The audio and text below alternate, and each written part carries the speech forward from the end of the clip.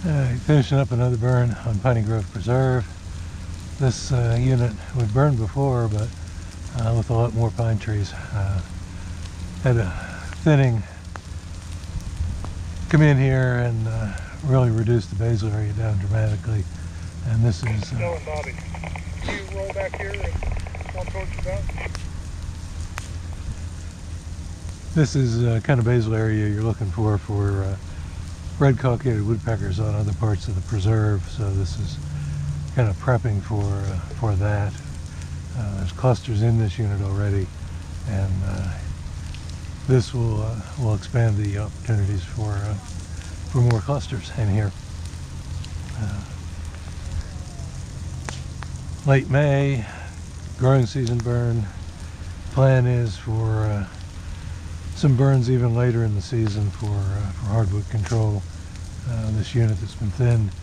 Very little fuel in here really after the thinning operation. Ahead. How about instead of you walking through all this brush, you pop out on the path to the right of you and keep following it, swing a left when you get to the intersection, and then Evan and I will pop out and meet you. All right, copy.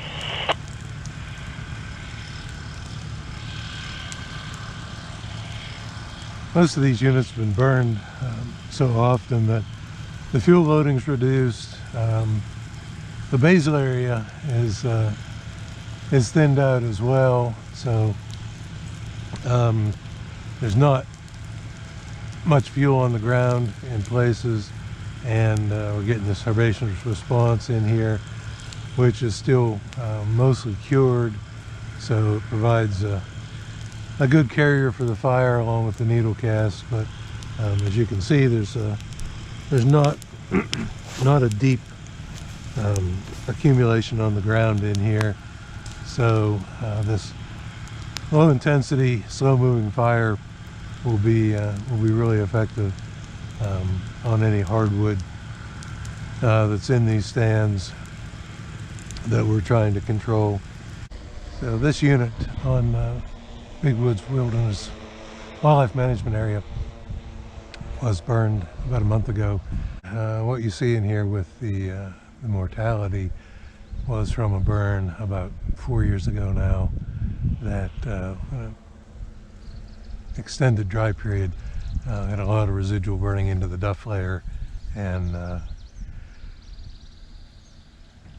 caused this mortality. It wasn't apparent the immediate aftermath of the fire, even the next year. Then it started to manifest itself, and that's fairly typical of what you'll see when you get the ground fire effects in here.